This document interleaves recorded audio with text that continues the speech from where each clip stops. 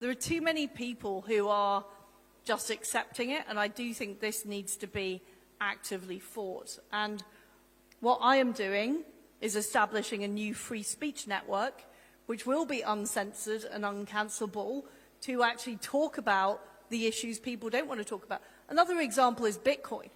You won't see much coverage of Bitcoin in the mainstream media. You won't see it being raised in Parliament to any great extent. You won't see it being discussed, on the main economics programs, even though there is a huge Bitcoin movement. And it is an attempt to set guardrails about what it's acceptable to talk about and what it's not acceptable to talk about. And we've got to break out of that.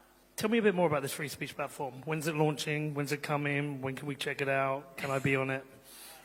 Well, Peter, of course you can be on it because, Bedford is the home of free speech. So you will be, you will be on it. But we're planning to launch it in the summer of this year. There will be more news about it fairly soon. I can't say any more at this stage. Anything else you're working on you can talk about? This is, to me, I want to see a massive change in Britain. I became an MP in 2010 because I wanted to see the country change, because I'm a patriot. I want to see Britain do well. I hated the decline. I hated the acceptance of decline. And I rose up the ministerial ranks. I had all these battles. I got to the top and I thought, now I've finally got an opportunity to actually do what needs to be done in this country, cutting taxes, getting on with fracking, reducing the size of the state, all of those things. And I was cut off at the knees by the, whatever you want to call them, the economic establishment, the elite, the people who didn't want change, the status quoites. And that has made me think that it's not enough just to get into number 10. You might think it's enough to get in number 10 and you can just sign things off. You can't. So what I'm now thinking is we need a media network to be able to communicate to people, to be able to have a grassroots movement that is actually really demanding change of our leaders. So as well as needing the good leaders, needing the good MPs, needing the good business people running the departments, all of those things, we actually need a grassroots movement in this country. We have been threatened by left-wing ideology, whether it's excessive government spending, whether it's net zero ideology, whether it's things like DEI and ESG, whether it's Islamism.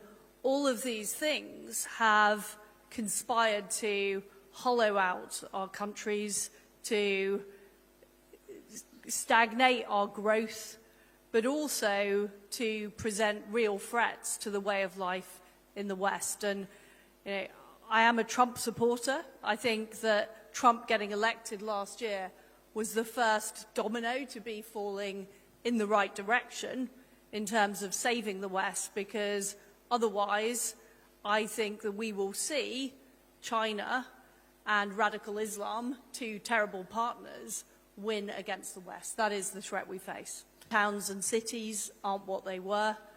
We're seeing rising crime. We're seeing industry decimated.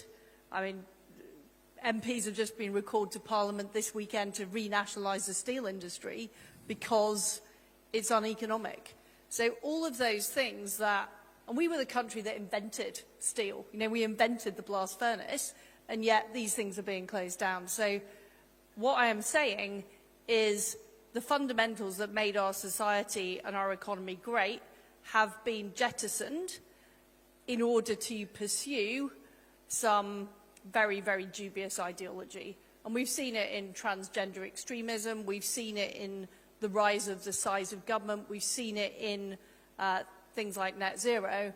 And it has got to a stage now where it is damaging our society from within. And I was the Prime Minister who allowed fracking for the brief time I was in office, but I got lots of blowback from Conservative MPs at the time who didn't like it because they were being lobbied by the green NGOs.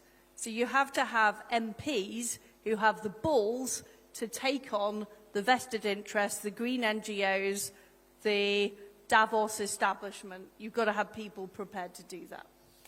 Obviously, this is a crowd of people who are kind of fans of this thing called Bitcoin. We've spoken about it ourselves. I think everyone in this room naturally thinks Bitcoin is a great tool because the government can't steal it, they can't control it, and they can't print it. Do you see Bitcoin as a tool for government? I see it as a tool for taking power away from government. And that is why I fundamentally support it. And in fact, when I was at the Treasury back in 2017, I wanted us to become a leading country for Bitcoin and crypto. But there was such huge resistance from the usual suspects at the Bank of England, at the FSA, et cetera, whatever it became, the FCA. You know, there was huge resistance because the bureaucracy know perfectly well that it is an antidote to their power. I think free speech is very much under attack in the country at the moment. I won't get into the specific cases, but we know people have been put in prison for things they've said or tweeted. At the same time, we have prisons full and we have violent criminals who aren't being put in prison or are getting lenient sentences. We have a problem with free speech in the country. How has that been weaponized against us as an electorate? There is a huge problem with free speech, and people are being put in jail for X posts, but they're not being put in jail for looking at child pornography. I mean, it's an extraordinary double standard, two-tier system that we now have. What I also worry about is the way that stories are suppressed or promoted. So recently we've seen the promotion of the documentary, or not a documentary, the show Adolescence. I haven't watched it, but we've seen the promotion of that, the asking questions about that. And we've seen the whole issue of the grooming gangs suppressed and mainstream media not really covering it, only covering it very partially.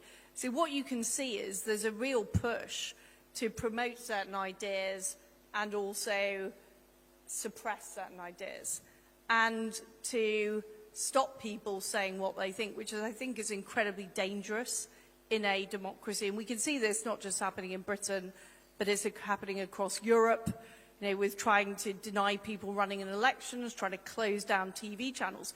And this is the kind of thing that we used to see going on in the Soviet Union, and it's now happening to us.